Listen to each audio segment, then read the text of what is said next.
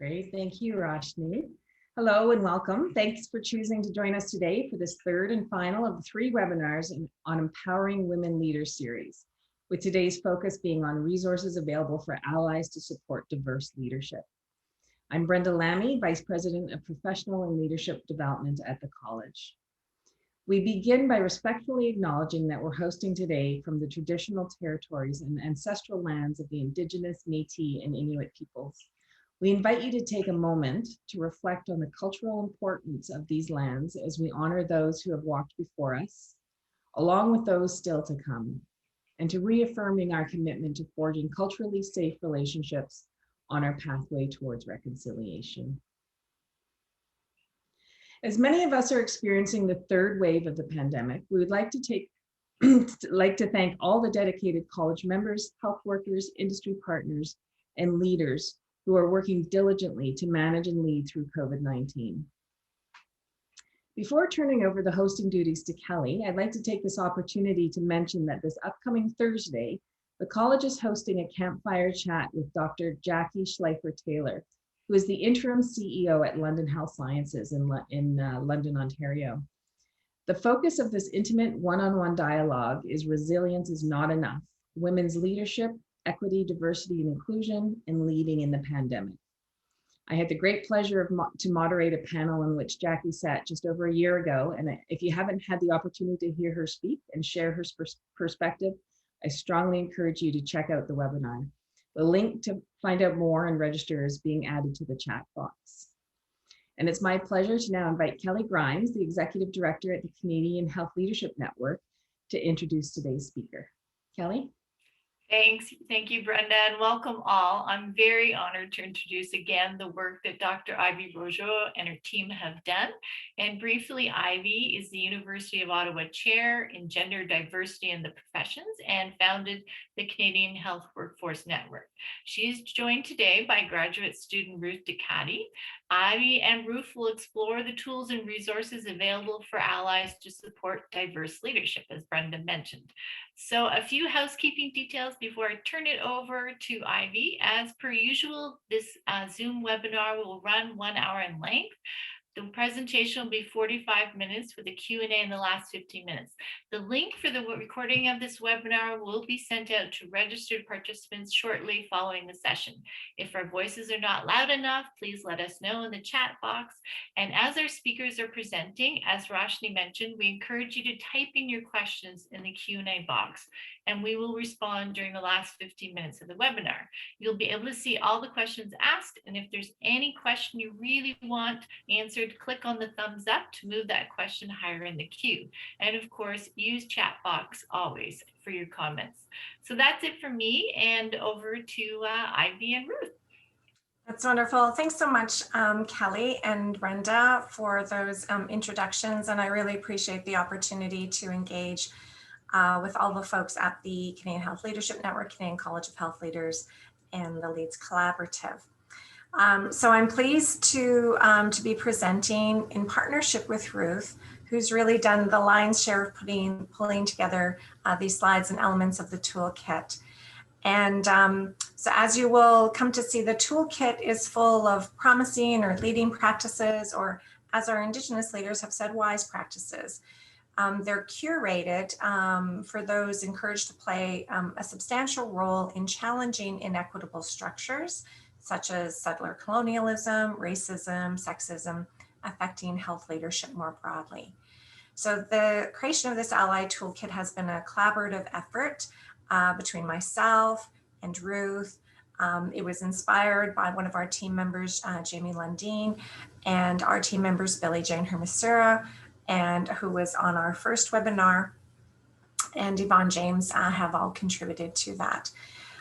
Before we start, I would like to make a bit of a content warning that the contents of the toolkit address issues of privilege, of homophobia, transphobia, sexism, racism, ableism, and other forms of discrimination. And so we just wanted to put that out in advance. So Ruth, I'll have you go to the next slide. Thanks. So just by way of background rationale, there's information on the slide here that we've shared before in healthcare and also in health sciences. Women represent the bulk of frontline providers or point of care providers. In Canada, that's over 80%, and yet remarkably fewer are in leadership positions. My caveat there is that we don't actually measure it, but we do know in certain particular pockets that the gender leadership gap is really quite large. Now, not only do we not collect data on gender, we don't collect any data in terms of racialization identity or Indigenous identity or gender diversity or issues around disability or sexuality. But we do know that the gender leadership gap in healthcare and health sciences is accentuated for those who identify as Black, Indigenous, Two-Spirit, gender diverse, women of color, and women living with disabilities. And so the point that we want to make here at the outset is the recognition that the identities as being white, settler, cisgender, abled are privileged positions, and as such, our allyship by white women and white men is particularly important. If we are using any terms in the presentation today and you'd like us to define those, just please put those in the chat and I will pay attention to that. Also, do keep in mind that we do have a glossary as part of the toolkit. So I also wanted to mention that before you can leave it there, Ruth, but just to kind of give a little bit of background about the rationale for why we opted to do this toolkit. And there were two, I wouldn't call them incidents per se, but two experiences that we had that we wanted to make sure it made it very clear to us that collating and curating a set of resources would be really helpful for the community. And so the first impetus was really at our first learning lab where there were things that were said that would be interpreted as a microaggression, and we'll describe what a microaggression is, in fact, a number of them. And and this was by some of the participants who identify as white, vis-a-vis participants who identified as being Black or women of color. And so it made us really kind of think about what it is that we do as an Empowering Women Leaders initiative to address those. And so we started off first with a set of principles about what our initiative was on. So all of the members of the team contributed to that. And so we knew that there was work that needed to be done and that it was our work to do in this space. The second inspiration came later on from a colleague, Dr. Nell Weeman, who, if you've not read her commentary in the Toronto Star about what privilege and disadvantage feels like, it's, I believe that we have a link to it in the toolkit, and it's really, really instructive. But there was a presentation that she did more recently that said, you know, don't come up to your Indigenous colleagues and expect of them to be your Indigenous encyclopedia. And so that made it clear to me that there's work that we need to do, and this is our shortcut to that. So the toolkit is not a comprehensive list of resources. It really is a starting point. You are not going to be completely woke, as they said, at the end of it. Everybody's on a different point in this journey, but it's an important journey to get on, and we're hoping that this toolkit provides some feedback to that. So on this slide, Ruth has identified an overview video that we've provided about the overarching initiative, and there's content there in that overview video about the specific experiences of Indigenous healthcare leaders and health science leaders. And so I would encourage you to have a look at that. And it gives you a little bit more about the broader initiative and the other toolkits. So how did we go about making this toolkit of resources? So our initiative was really to identify evidence-informed approaches to empowering women leaders in health. And we knew at the outset that we wanted to look at diverse women's leadership writ large. Written into the proposal was an explicit focus on Indigenous women's leadership, and Dr. Lisa Richardson was our identified leader supporting that moving forward, and which we gathered more supporters. So we started off first with, what is there out in the published literature? What is the evidence? And, but we realized that we would have to go beyond that to populate this particular toolkit, because not a lot of this has been addressed during the period of time that we were doing this research. So we did extensive searches of the published and gray literature, and the gray literature really coming out of many equity, diversity, inclusion organizations or think tanks, that sort of thing. So that has been a rich source of data. Some of this emerged from a systematic social media analysis on Twitter that Ruth and another one of our team members, Jamie Lundeen, led, where they focused on this explicitly for a year, cataloged it in an Excel file. So our toolkit is accessible like the other toolkits on the Leads Canada platform. And so that's completely open access. It's available through a Creative Commons license. So we want people to use it, to share. But we want to also hear back from you to share your experiences and what you feel may be inappropriate or inaccurate or incomplete. This is to be a living, breathing toolkit. We're going to be doing a new refresh of it this summer. So everything in the toolkit is up to date as of the end of August of last year. So we're going to do another refresh, and Ruth has kindly opted to stay with us to help lead that initiative. All right, so next slide. So before I go through the order of presentations, I think our hosts have a couple of polls that we would like to gather from you. If you feel comfortable. So we would first of all like to know how you would describe yourself or self-identify. Are you an Indigenous Two-Spirit person? Do you identify as an Indigenous woman, an Indigenous man, Black or person of color who is settler, who identifies as gender diverse, Black or person of color who identifies as a woman and settler, Black or person of color who identifies as a man and settler, a white settler gender diverse person, a white settler woman, white settler man, or other, prefer not to say.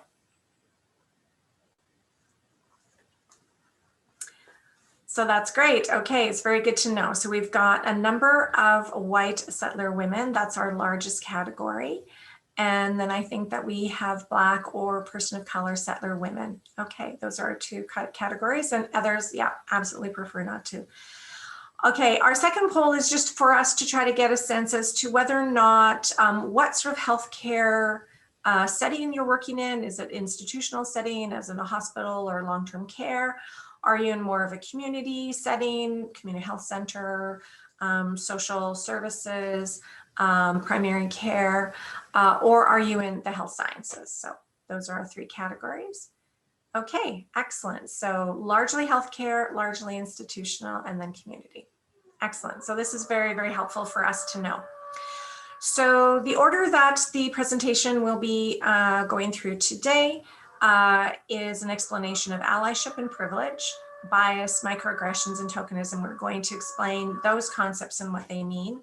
We'll have some examples of promising or wise or leading practices supporting Indigenous women and Two-Spirit leaders, Black women and women of color, LGBTQ2IS+, and women living with disabilities. And then, so Ruth is going to walk us through that, and then I'll come at the end with some of the take-home messages, and we'll both be fielding questions. So I'll pass over to Ruth.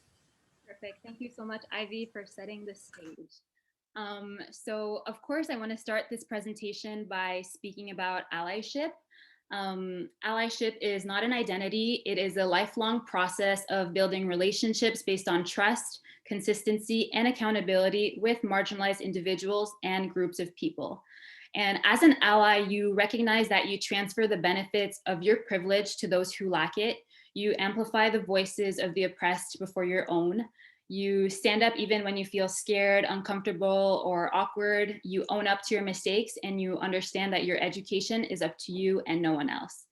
And everyone has the potential to be an ally. However, as you can anticipate, being an ally is hard work. It calls for a concerted effort to better understand the struggles of oppressed and underrepresented groups. But one very important thing to remember is that a perfect ally does not exist. We all make mistakes, we live and we learn, which is why it's really important to be proactive in our education every single day. And your participation in this webinar is already a great step on your allyship journey. Perfect. Another key concept to understand is privilege. And as you will come to find out, or as you already know, writing and thinking about privilege is really complex, and it's an ever-growing area of study and action. And we won't be able to cover all types of privilege and all types of power in this presentation, but just so everyone has a basic understanding of what it is, privilege is a right or immunity granted as a peculiar benefit, advantage, or favor. And so this means that you don't earn this right. It is an advantage that you have based on your social situation. And of course, when we talk about white privilege, that is the unquestioned and unearned set of advantages, benefits bestowed upon people solely because they are white. So if I can draw your attention to the wheel of power and privilege that you see on your screen, you can clearly see that the characteristics or the words that are more closer to the word power and which are in this inner circle are describing, people in our society who have more power and more privilege. So we see the words white, able-bodied, heterosexual, neurotypical. So these are all words describing people who have power and privilege, and versus, those that are in the outer circle, we find words or characteristics describing people with less power and privilege in our society. And so it's really interesting to take a look at this wheel of power and privilege and see where we situate ourselves. And of course, because of our intersecting identities, we can find ourselves like all over this wheel. Another important point I want to make is on overcoming our biases. First step, of course, is to acknowledge that we actually have them. And so we need to take some time to internally reflect on maybe some subconscious attitudes that we may or may not hold towards groups that are not privileged. And then instead of like running away from them, we have to move towards them and address them. Another thing we can do is to, speak up when we hear oppressive statements or we see oppressive actions.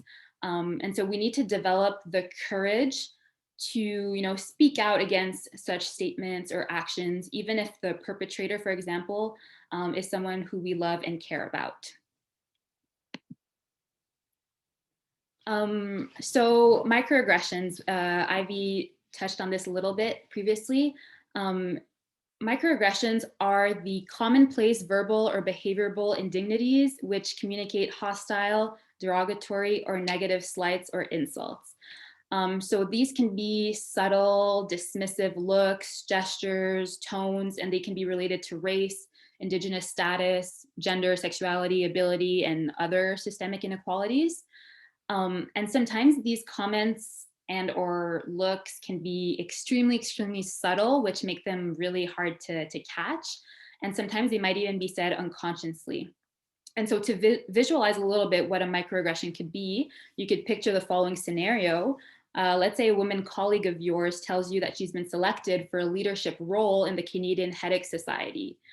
Someone saying, "Are you sure you can do this? You have 2 small children, you don't have time to this," is a microaggression. Because saying this to your colleague leaves her feeling that you think that she's less capable because she has children, or she might feel that you're imposing your own work family balance decisions. And at the end of the day, she should be the one to decide for herself if this is too much for her, and she should be the one to decide what she can or cannot do, or what she can or cannot handle. And so a better way to address this scenario or situation would be like to say, I know you'll be great at this, let me know how I can support you. And so this is just one example of a microaggression. And, you know, intervening when we hear comments like this, or we find ourselves in a situation where an oppressive action has occurred, we need to feel comfortable to call those statements out. And by doing that, we let, first of all, the person know that they're being oppressive. And second of all, we let others know that that person was being oppressive, so we could potentially hold them accountable in the future for other situations maybe. So a quick note on tokenism. If you're not familiar with this concept, essentially it is the practice of making only a token effort or doing no more than the minimum, especially in order to comply with the law. And so an easy way to visualize tokenism is picturing a workplace that has maybe like one member of an underrepresented group, and the mere presence of that one person is enough for some organizations to be like, oh, we're diverse. However, it's important to remember that there are harmful psychological impacts of tokenism. Hiring only one non-white, able-bodied individual in an environment of white privilege will most likely result in silence, isolation, and experiences of ongoing systemic racism. And so when any member of an underrepresented group is recruited, it shouldn't just stop there. Workplaces should have a pool of representatives of diverse groups, whether they are Black, Indigenous, people of color, gender diverse, or those living with some form of disability. And so it's important to not mistake tokenism with diversity. Okay, so when it comes to resources for allyship towards Indigenous and Two-Spirit people, I think we can all agree that language plays an important role in our lives, and being inclusive in our language may require unlearning language that is considered common or popular, but may have negative consequences for Indigenous women and Two-Spirit people. And just a quick note on the term Two-Spirit people, if you're unfamiliar, prior to colonization, many indigenous nations had understandings of gender that extended beyond the Western binary, and people with non-binary gender expressions were respected. And so this term, Two-Spirit, is exclusively used by Indigenous people. And it's really important to include this term when we talk about gender and sexuality, because sometimes they are often excluded from LGBTQ+ discourses. So one of our resources for being an ally to Indigenous and Two-Spirit people is around recognizing and avoiding culturally appropriated language. And so cultural appropriation has been defined as taking from a culture that is not one's own intellectual property, cultural expressions and artifacts, history and ways of knowledge. In Wikipedia's definition, it includes the understanding that cultural appropriation is a form of colonialism. And so, you know, cultural elements are copied from a minority culture by members of a dominant culture, and these elements are then used outside of their original cultural context. And so on the screen, you'll see some examples of perhaps some, you know, phrases or expressions that, you know, have become quite popular and kind of people say quite often, you know, let's have a powwow about this.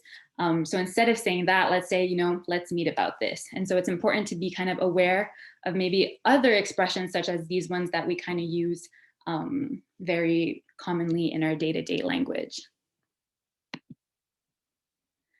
So now I want to talk about translation exhaustion. So this concept comes from Twyla Baker, who is an Indigenous academic.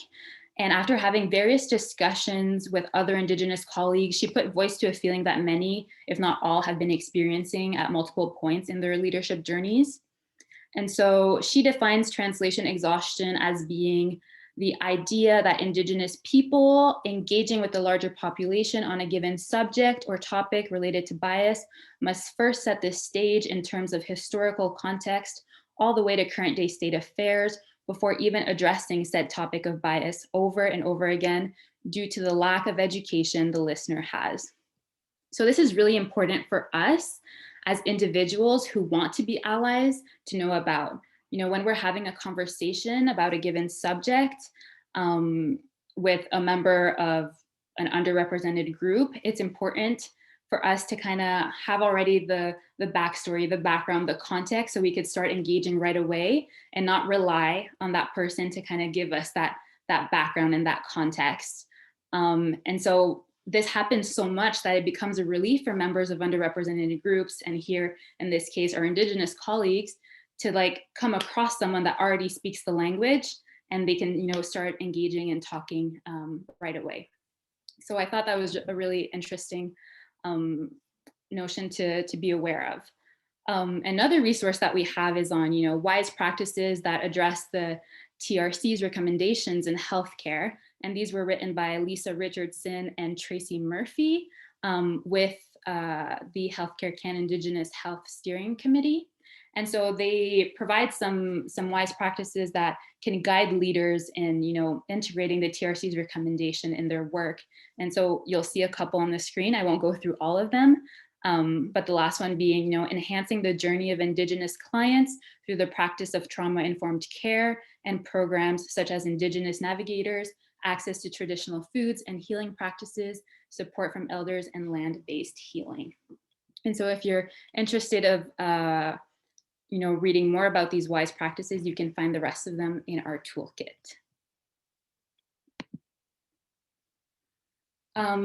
We also highlight the Missing and Murdered Indigenous Women's and Girls report, which is a call to action for all non-Indigenous people to understand the violence, trauma, and genocide that has happened and continues to happen to Indigenous peoples across the country. And so you'll see on the slide text that comes from Annie, who was interviewed, and she kind of gives her Indigenous perspective on what work needs to be done. And so she really focuses on building relationships and how she needs to build relationships with her family that has been fractured, and to build healthy relationships with non-Indigenous people. And so she says, we heal in our Indigenous community, and then the non-Indigenous community is learning the truth. And then how do we come together? How can we come together in a healthy and safe way to start to build relationships, to start to heal all those lies that all sides have been told about each other? We need to hear all of that. And so I think that this message of healing and coming together in a healthy and safe way is extremely important and inspiring. And it's a reminder that, when we see these recommendations, that we not only read them, hear them, acknowledge them, but we need to see them as truth. And when we see them as truth, that's when we can start, it can start affecting us, and we can start making changes in our organizations and in our structures for, so that we can see long-term positive benefits and changes. So when it comes to being an ally to Black women and women of color, one resource that we have in our toolkit is about confronting racism in conversations. So here on the slide, you'll see a couple of elements that can help you do so. So first of all, to know yourself. This is referring back to when I was talking about overcoming our own biases and confronting the biases that we may or may not hold.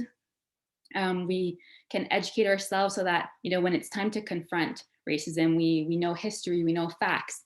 We can share resources with the people that we're talking to. We can ask questions. We can use I statements. When I hear a comment like this, I feel really disappointed for this and this reason. And of course, know when to walk away, because sometimes confronting or intervening in situations, we need to realize that sometimes there's, high levels of risk to doing so.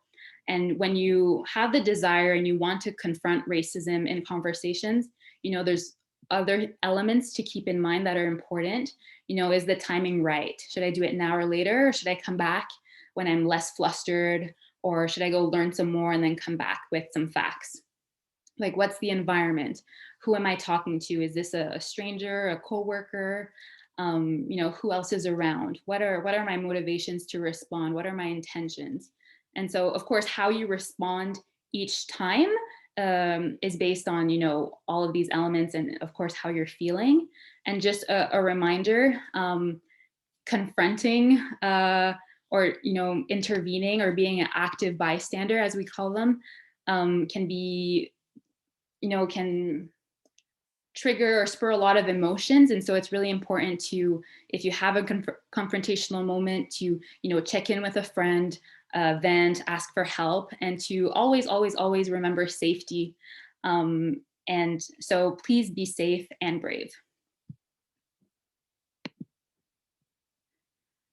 So in light of the events over recent months, especially over the year 2020, the Black Lives Matter movement and its supporters have massively advocated for an end to police and state violence, as well as anti-Black racism in general.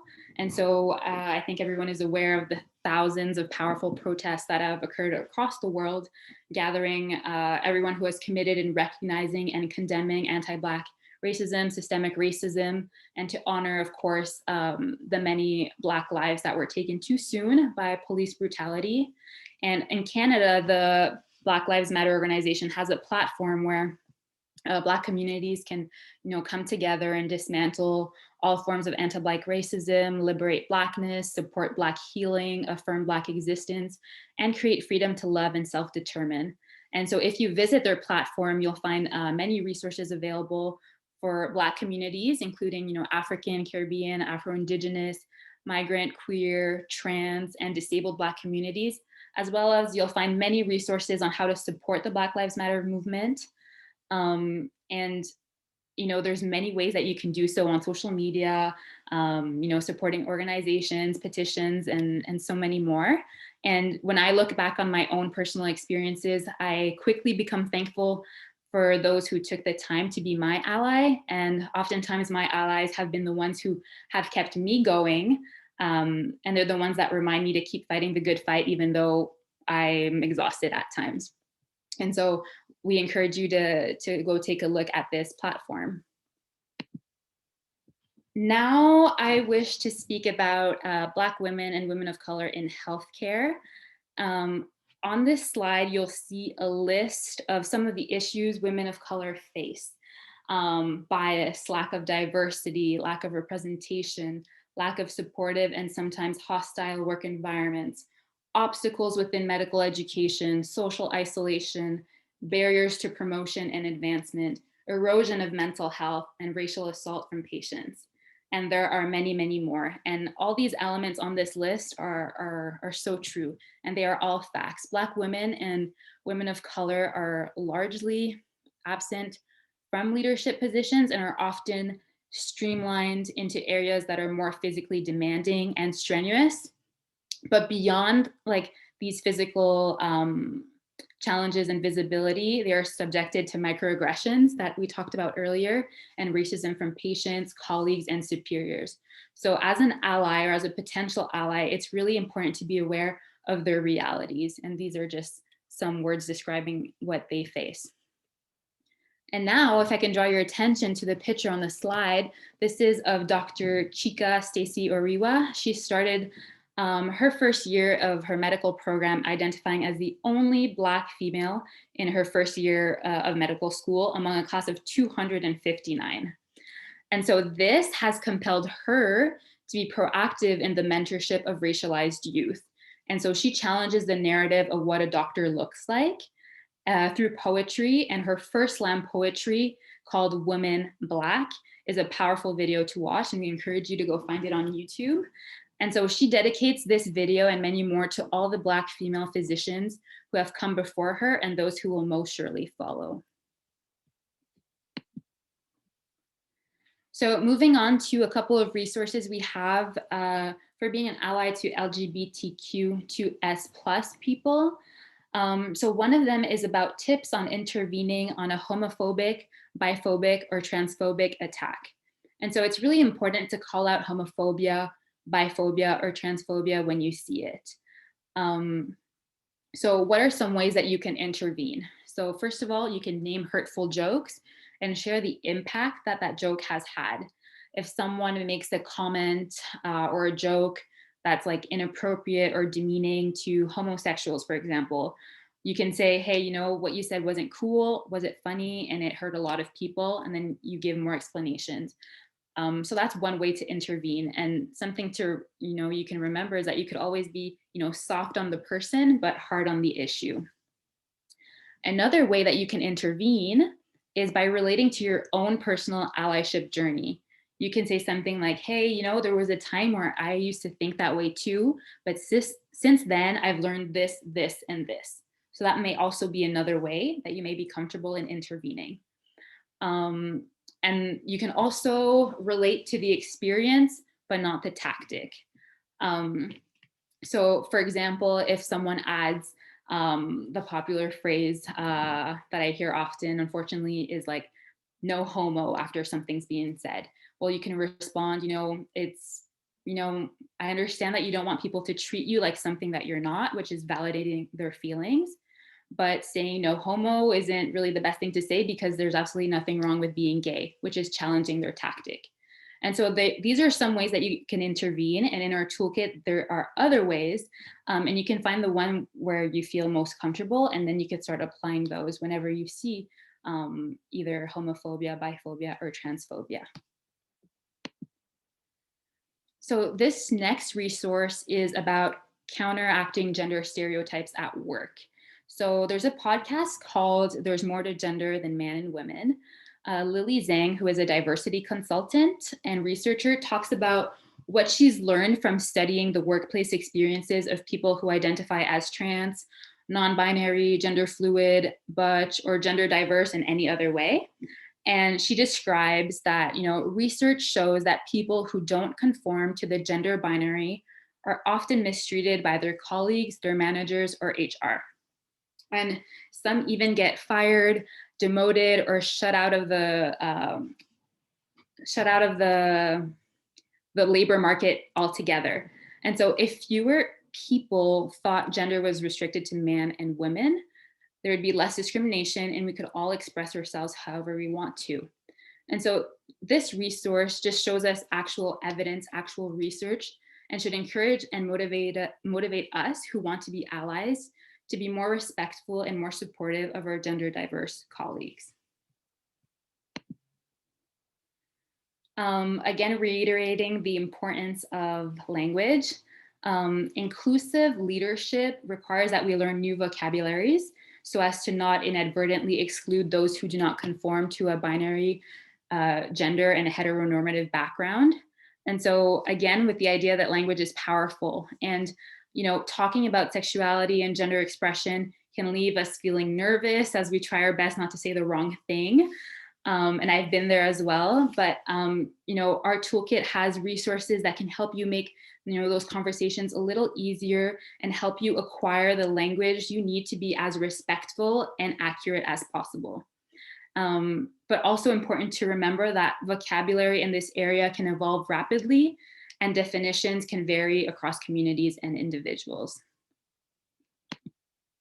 So I know this is a busy slide, but the following infographic shares some of the terms used by sex and gender activists and the terms that they look to avoid. So the ones that they use are in blue and the ones that they look to avoid are in orange. So if you're interested, you can definitely refer back to this infographic in more detail and take time to kind of go through all of them. And you can find that within our toolkit. And lastly, but not least, moving on to some resources that we have for women living with disabilities. But first, I want to address the image that we see on the screen. So when it comes to being an ally to women with disabilities, it is first important to acknowledge that not all disabilities are visible. One common thing individuals living with invisible disabilities hear is, oh, but you don't look disabled or you don't look sick. And having to constantly validate one's disability is tiring and frustrating. And so it's really important to be aware of this. So one of our resources is about ableism in language. So what is ableism? Ableism is a belief system that includes negative attitudes, stereotypes, and stigma towards people with physical, sensory, intellectual, emotional, and developmental disabilities. Again, language is powerful, and sometimes many, without us even knowing it, we use ableist language in our day-to-day conversations. And you know, those words or expressions can be quite hurtful to individuals living with disabilities. And so we need to be very intentional about not using ableist language, especially when we're talking about social justice. And so this resource here kind of makes us think about, you know, our own vocabulary and our own words that we use and our own expressions that we use that are kind of in our everyday lingo. And so it's important to be aware that using them can actually cause microaggressions like we talked about earlier. And again, you know, language evolves, it changes constantly. So it's important to be aware that sometimes some words might be appropriate or inappropriate depending on the context. And so on the screen, you'll see some examples of some phrases, some words that are considered ableist.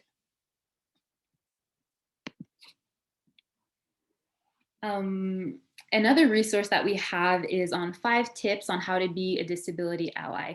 And you'll see if you have taken a look at our toolkit that we have many kind of visuals like this, many infographics. And so this particular one comes from Daphne Frias, who is a young activist with cerebral palsy, who has been a champion for the disabled community for many years. And so what does she suggest? First of all, don't ignore people's disabilities. Secondly, don't be offended if they kindly refuse your help. Thirdly, do not assume that all disabled people know each other. Fourthly, recognize that some disabilities are invisible. And lastly, to be empathetic. My last thoughts on being an ally for women living with disabilities is to, first of all, remember that disability is a part of diversity and that we shouldn't forget our disabled colleagues when we were talking and having discussions around equity, diversity, and inclusion. Second of all, disability is not inability, so never set low expectations for people with disabilities. And thirdly, assistive devices enhances an individual's abilities, whether that is a wheelchair, a service animal, a hearing device. And so it's important to view these assistive devices as tools and not as impediments. And of course, the overall message is to amplify the voices of people living with disabilities within your organizations and within your workplaces. Back to you, Ivy. Thanks so much, Ruth, for taking us through all of the different elements of the toolkit with those key examples. And we're really keen on engaging with everybody in terms of questions that you might have. While you're preparing your questions, just a few key take-home messages that we want to note. That support for diverse leaders is necessary to enable them to bring their unique experiences to the table to make more meaningful decisions that serve diverse communities. And leadership diversity is critically important to making better decisions. The more experiences that you have, the more perspectives that you have, the better the decisions are. And this is one thing that we've highlighted in the last 2 webinars. Secondly, white women and men have an important role to play as allies, and not to just sort of virtue signal to because that's equivalent to tokenism. It's like really doing some hard work here. So especially those who are in very privileged position as settlers, cisgender, heterosexual, and non-disabled. There can be no progress for anybody if we do not challenge inequitable structures such as settler colonialism and racism along with sexism. It's not either, but both. So that is, in the spirit of why we pulled together this specifically targeted toolkit. So I think the last slide is just ways to kind of follow us, to send us more information. And again, we are going to be doing an update. So please do let us know how you're using the toolkit, what's missing, what were you hoping that would be in there, what do you not agree with. So any type of feedback, we're really, really keen on hearing that and making this a useful tool for everybody. So I'll pass back to Kelly, who's going to moderate the Q&A. Sure, thanks, Ivy. Ruth and Ivy, fabulous again. And I have to say, I had a poke at it again this morning, and I didn't realize the depth to the ableism one. And so it was very fun. And we're doing a couple projects, and this is a new dimension for us in terms of profile for interview questions and surveys. So I was very happy to have that. And I do remember, Ivy, starting this project with you and asking you very clearly, what does two-spirited mean? Because I, you know, as a white settler woman, I was not familiar with it. And then today, Ruth, you were talking about LGBTQ plus, and I didn't realize two-spirited was added onto that. So every day we learn a little bit more. So I encourage everyone to put questions you have, and I do have a few in my back pocket to kick off the conversation. So the first one is, there are cases where folks would like to do more, but they don't have the expertise and feel initiatives ought to be led by Indigenous or racialized folks. Any suggestions on how to approach this and it not being a case of tokenism only? Yeah, absolutely. That's a really important question. And it's one that we've sort of grappled with quite a bit. And it's important for us to recognize what our role is and when it is that we should be leading and when it is that we should be listening and following. And in fact, one of the key themes that comes out of the both of the ally toolkits, the male ally toolkit and the ally toolkit in support of diverse women's leadership, is listening. And listening both for the people that you are working with or should be working with, and consulting, the importance of hearing people, but also just listening to people's experiences. A number of the resources that we've put into the toolkit are podcasts, and we've vetted these and we say, I think that this is getting at the issues that get people sort of on this journey. So it's important to know what is our role, and just really to be very ask questions like, should I take the lead? How can I help you? And so not make some initial assumptions. Would you like me to take the lead on this, or would you like to take the lead on this? How can I help you in this situation? So again, be very, I had a conversation recently with a transgender woman about, how to approach issues around mental health in the workplace for trans men, trans women. And she said to me, she says, it's important to kind of be childlike in the sense that you ask questions and you don't have pre-assumed, prejudices and biases and judgment. And you just ask people what they need, and, what hurts and, what helps, so that you're more informed. So those are some things that I would say. Ruth, do you have any? Yeah, I totally agree with what Ivy has said, and I appreciate the willingness to wanting to do more, but also at the same time, like being limited by like our own lack of expertise. And I recognize that some of the resources that were shared in this presentation and that can be found in the toolkit, it's a lot like easier said than done. And like one thing that's for sure, like I know that some resources might be hard or scary or might even be awkward to actually implement. But one thing about allyship is that we have to be comfortable with being uncomfortable. And so, even as leaders, there's always going to be someone that's going to know more. And so it's really important to not be scared and to bring them in and have those conversations with them. And I also understand how some people might strongly believe that like initiatives around equity, diversity, inclusion should be led by members of underrepresented groups. And I don't totally disagree with that.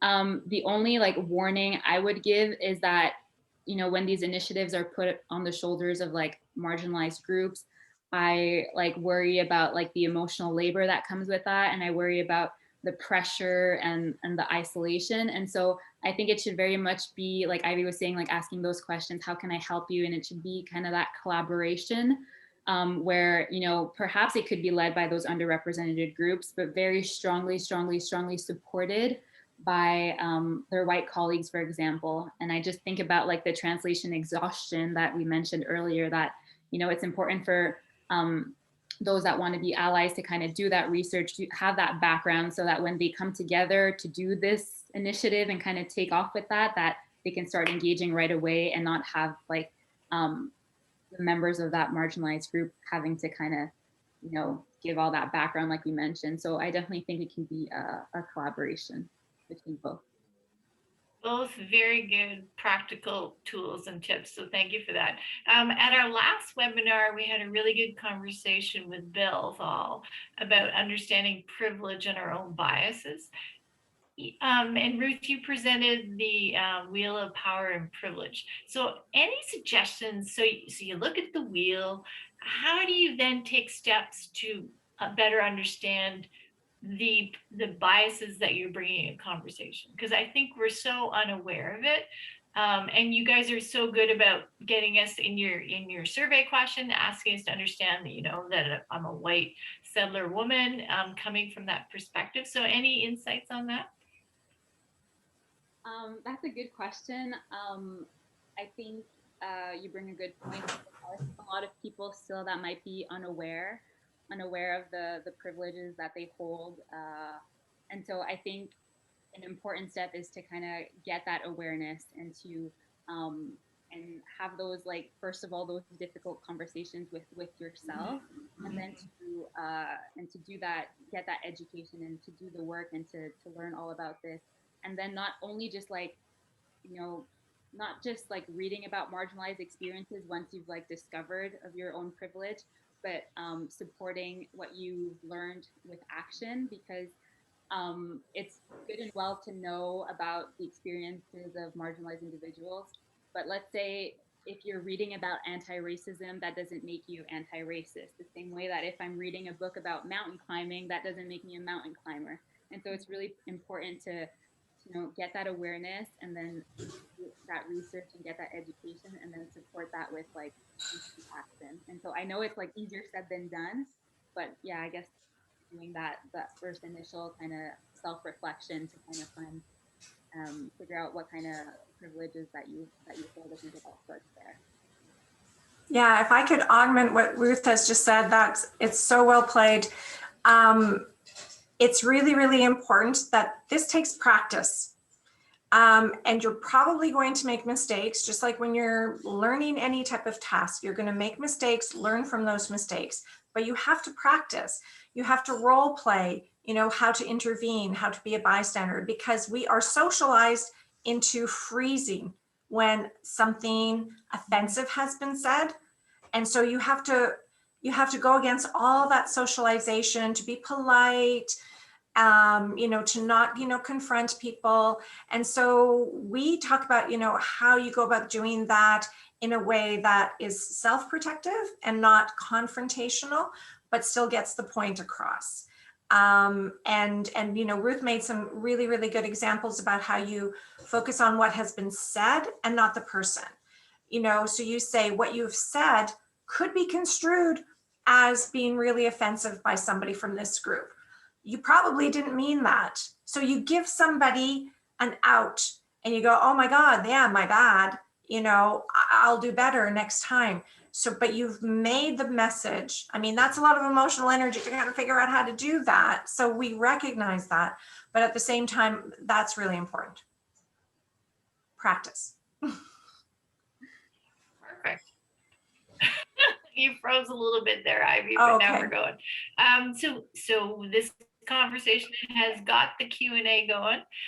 So one question is allyship specific to engaging with Indigenous marginalized groups, people with disabilities? Can the term be used in other contexts? Who'd like to grab this one? I can start, and then if Ruth would like to augment that. Basically, long answer short, yes, it can be used in any context. And so if you go back to the wheel of privilege that Ruth showed us, you know, we've gathered, you know, some key resources together, but it cuts across all of those different dimensions. We haven't talked about, you know, people who are immigrants, but that could also apply there. So yes, the term can be used in other contexts. We've started gathering some resources. We can augment that. Yeah, agree. Short answer, yes. And, you know, even, you know, allyship isn't just like white people supporting marginalized groups, but it can be marginalized groups supporting other marginalized groups. Like me as a Black woman, I can be an ally to Indigenous women. And so there's so many kind of ways they can connect. And so allyship can really have so many types of relationships. Perfect, thank you. So another one in our Q&A, when it comes to recruiting women leaders in health, what can we ask of our HR departments to ensure that the leadership opportunities reach a diverse group of women? Suggestions? Well, don't do what you've always been doing if you've not been getting a diverse group of women. Because so if you don't do outreach, expect the same results that you've always had. So it's not a legitimate excuse to say, well, nobody applied. It's not a legitimate excuse. So there are a variety of different ways of outreach, actually going to different community organizations. It's not difficult to find folks, have a conversation with them, be really honest about, how might we redo our ad? Could you put this on your, listservs, networks? Follow different people on Twitter and social media. Like, get out of your comfort zone and your echo chambers if you really want other voices there. Ruth, anything to add? No, totally agree. And I think that, like Ivy said, we can't do the same thing and expect different results and expect that diverse pool of qualified candidates to come to us. And so, yeah, we definitely have to, there's definitely a lot of things that can be done. And yeah. Even at CHLNet, when we recruit for our board, we now have an EDI framework in the selection criteria, which we never had before. Like, you just assumed, as Ivy said, that people aren't applying, but you need to be intentional as you're going with this. Now we have a question in the Q&A chat box, and this is an English webinar, and I have to say my French is not good. Ivy or Ruth, how's your French? Mine's okay, but Ruth is bilingual. So Ruth, did you want to take this one first? Go, Ruth. And then... Do you want to read it out first? Oh, I cannot see the chat whatsoever. Oh, you can't okay. see it. So basically, it's an issue about the structure of the French language, which is very binary into feminine and masculine. And this is something that I have a conversation with my tutor all the time. Is the language is inherently binary around and very gendered, masculine, feminism. Have you seen, in some of your French language studies, anything that gets beyond the gender binary? So am I supposed to answer in French or in English? You can answer in French first, and then you can translate in English. Just like Justin. C'est une très bonne question et c'est quelque chose que je me suis souvent posé aussi parce que c'est vrai que en français, comme tu l'as expliqué, c'est divisé en masculin et féminin, mais en anglais, on a plein de discussions autour de différents pronoms et les gens qui choisissent leurs pronoms et lesquels ils veulent être, quand on leur adresse, on utilise leurs pronoms, mais on dirait qu'en français, on est plus limité. Alors, je dirais que c'est une très bonne question, mais je ne suis pas sûre.